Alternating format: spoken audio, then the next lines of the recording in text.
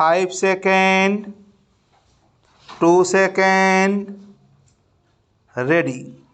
Mr. Deputy Speaker, Sir, I welcome and support this piece of legislation, and I think this piece of legislation has come up before this House in time, and also I have to congratulate the Minister of State in the Ministry of Finance. Sir, some time back we were discussing about the facilities to be afforded to the members of parliament and how they have to be encouraged to function properly in this house. I feel now that this is a very important piece of legislation.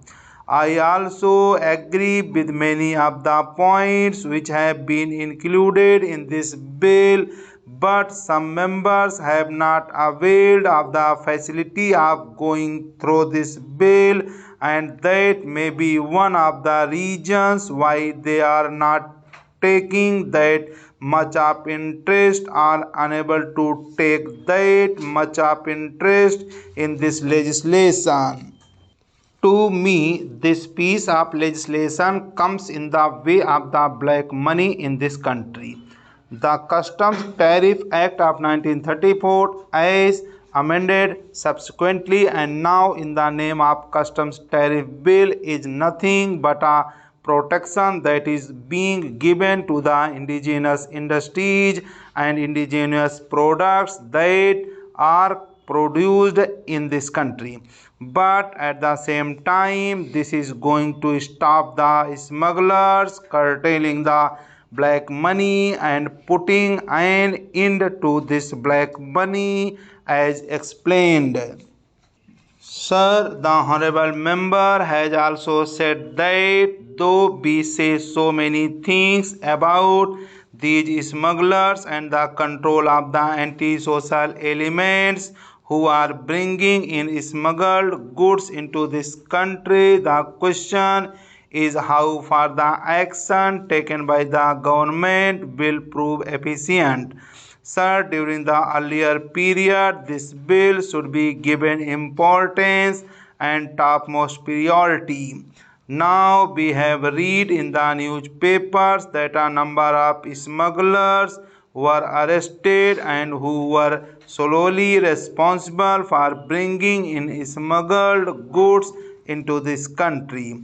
The bill puts a heavy tariff so that these things are not imported into this country, and indigenous production of these items may be encouraged.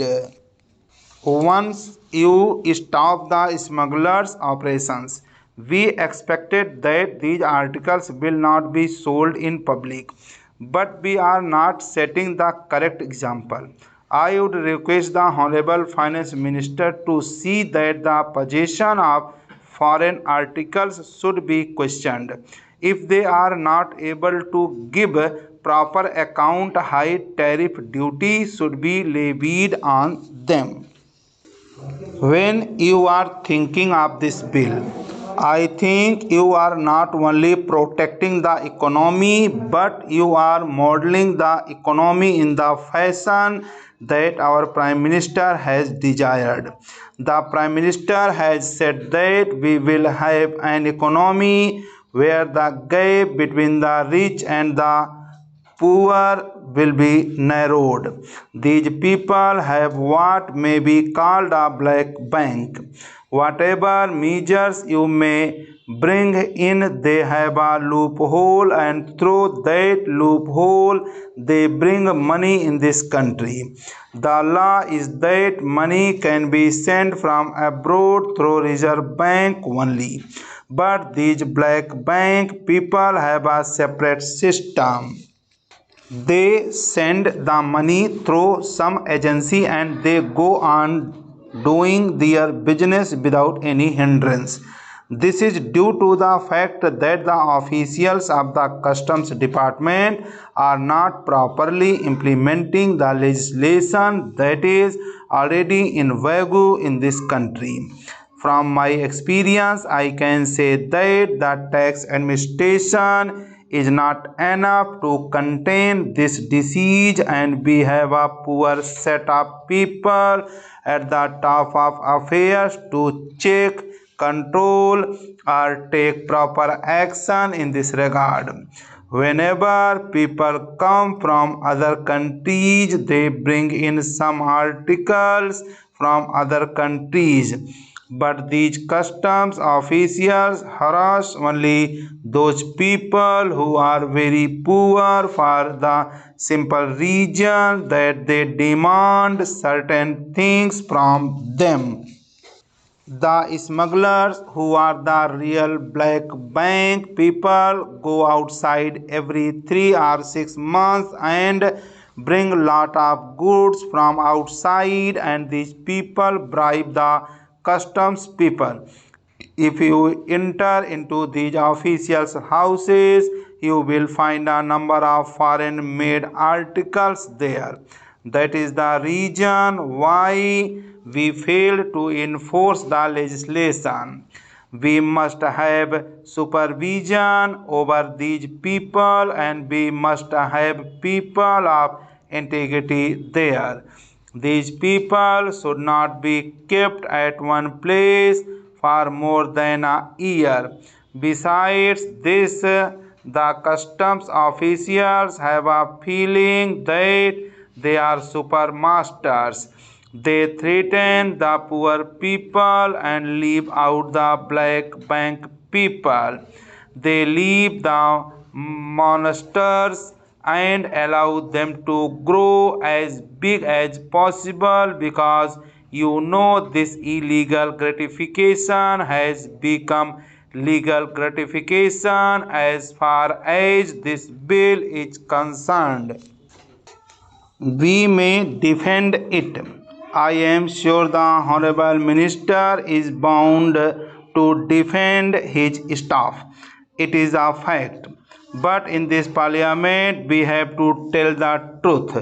It is a known fact how these customs authorities function.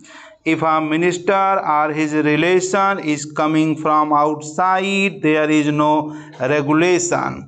If a member of parliament is coming, there may not be that much checking. As a student, I was inspired by his charisma and idealism.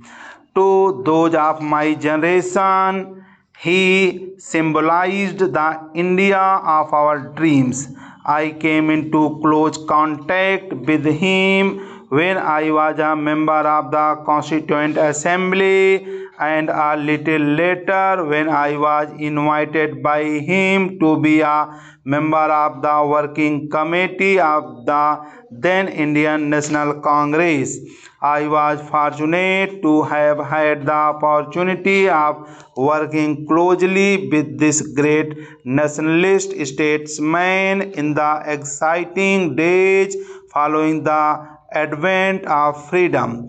A nobler soul, so completely dedicated to the service of the country and its people, is hard to find in the history of any nation. That we had this great man to inspire us during the struggle for freedom and guide our destiny during the crucial post-independence era is indeed a stroke of good fortune. He had a sensitivity of mind which he combined so well with a rare delicacy of feeling and large generous impulses. He was impotent at times, but only because he wanted us to march faster towards the glorious future in which he believed. There were few others in positions of authority at that time who could have visualized the role of science in national affairs as Jawaharlal ji did.